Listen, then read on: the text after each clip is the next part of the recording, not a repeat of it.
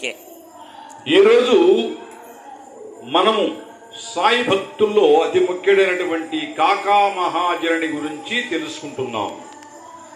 కాకా మహాజని షిరిడి వాస్తవ్యుడు.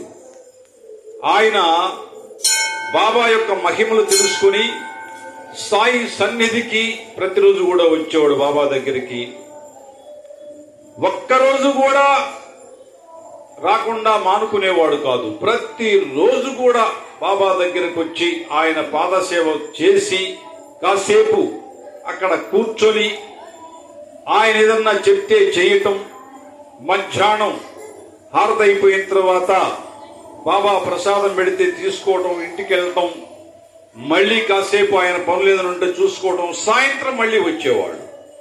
ఆ విధంగా సాయి భక్తుల్లో అతి ముఖ్యమైనటువంటి వ్యక్తిగా నిలిచిపోయాడు ఈ కాకా మహాజని. అటువంటి భక్తాగ్రేసుడు ఆయన. బాబా కూడా ఎంతో అభిమానంగా చూసేవాడు ఇతన్ని. ఎందుకంటే బాబా ఏదన్నా పని చెప్తే కాదు లేదు అని చేయకుండా ఉండేవాడు కదా. అన్ని కూడా ఏం చెప్తే అది చేస్తుండేవాడు. అందుకని బాబాకి అతని మీద చాలా అభిమానము, ప్రేమ కలిగినాయి.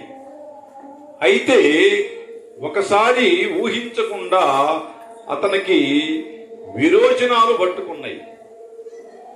రోజుకి దాదాపుగా 6-7 సార్లు విరోచనాలు అవుతున్నాయి.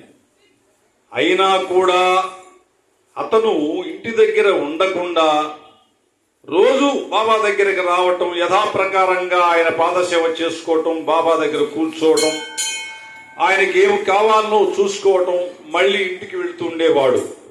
అంత సమస్యలో కూడా పట్టుదలగా. బాబా చూశాడు 1-2 రోజులు. ఏమయ్యా కాకా మహాజని, ఎందుకయ్యా నువ్వు రావటం? నీకు ఈ సమస్య ఉంది కదా, విరోచనాలు అవుతున్నాయి. 2-3 రోజులు ఇంటి దగ్గర ఉండి మందులు వాడి రెస్ట్ తీసుకొని రావచ్చు కదా తగ్గిన తర్వాత అని చెప్పని సాయినాథుడు అడిగాడు, చెప్పాడు అతనితోటి. బాబా, నేను ఇంటి దగ్గర ఉన్నంత మాత్రాన విరోచనాలు తగ్గుతాయా? నీ దగ్గర వచ్చి నీకు సేవ చేసినంత మాత్రాన విరోచనాలు ఎక్కువ ఏమైనా అవుతాయా? ఏమీ లేదు బాబా, నీ సేవే నాకు ముఖ్యం ఇక్కడ. కాబట్టి నీ సేవ తర్వాతనే ఏదైనా కూడా అని చెప్పని బాబాతో చెప్పాడు. అందరూ కూడా వింటున్నారు, భక్తులందరూ కూర్చొని. అప్పుడు బాబా, అయితే నేనంటే నీకు మంచి నమ్మకం ఉందా అని అడిగాడు బాబా. చాలా నమ్మకం ఉంది బాబా, ప్రగాఢమైన విశ్వాసం ఉంది నీ మీద నాకు అని చెప్పని అన్నాడు అతను. అయితే వెంటనే బాబా తన జోలెలో చేయిబెట్టి శనగపప్పు తీసి అతను ఇచ్చి తినమన్నాడు. ఈ శనగపప్పు తినవయ్యా అని చెప్పన్నాడు. తిన్నాడు. బాబా స్వయంగా ఒక గ్లాసుతో నీళ్లు ఇచ్చాడు. ఈ మంచినీళ్ళు తాగవయ్యా అన్నాడు. తాగిన తర్వాత 1 అరగంట తర్వాత పూర్తిగా విరోచనాలు ఆగిపోయినాయి. అతనికి అసలు ఇక ఆ సమస్య లేకుండా పోయింది. ఇక గంటసేపు కూర్చున్నాడు, గంటన్నర కూర్చున్నాడు, ఏ సమస్య లేదు. ఏమయ్యా మహాజని, ఇప్పుడు ఎలా ఉందన్నాడు బాబా. నీ విరోచనాలు తగ్గిపోయినాయి అయ్యా, నాకు అర్థమైపోయిందన్నాడు బాబా. అవును బాబా, నిజమే నువ్వు చెప్పింది, నా విరోచనాలు పూర్తిగా తగ్గిపోయినాయి, నాకు అసలు ఆ సమస్య లేకుండా పోయిందని చెప్పని అతను చెప్పడంతో అందరూ కూడా ఆశ్చర్యపోయారు. ఆహా, ఏమిటి, ఒక్క శనగపప్పు విత్తనాలతోటి అతని విరోచనాలు తగ్గించాడు సాయినాథుడు. ఎంత మహిమాన్వితుడు, ఎంత మహిమగల్ల మహాతండ్రి అని చెప్పారు. అందరూ కూడా ఆశ్చర్యపోయారు. ఆ విధంగా మహాజనికి ఏ విధంగా నమ్మకంతో విరోచనాలు తగ్గించాడు, ఆ నమ్మకాన్ని మనం ఆయన మీద పెట్టుకోవాలని నేను చెప్పేది.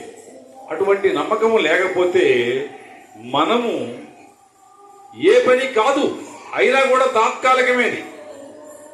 అంత నమ్మకం పెట్టుకోవాలి. బాబా ఉన్నాడు, చేస్తాడు అని చెప్పిన ఒక నమ్మకం.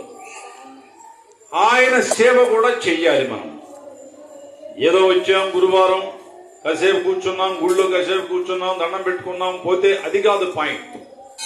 కూర్చున్న కాసేపు ఆయన మీద ఆ యొక్క భక్తి, విశ్వాసము, ధ్యానము మనసులో ఆయన నాటుకుపోవాలి కాసేపు.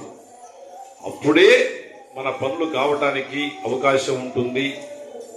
రాబోయేటువంటి భయంకరమైనటువంటి సమస్యలు పరిష్కారం చేయడానికి అవకాశం ఉంటుంది. కాబట్టి ఇది మీరందరూ కూడా ఆ యొక్క భక్తి తత్వంలోకి బాబా ఉన్నాడు అనే ఒక నమ్మకం, ప్రతి క్షణం అవకాశం ఉన్నప్పుడల్లా ఆయన్ని స్మరించుకోవాలి.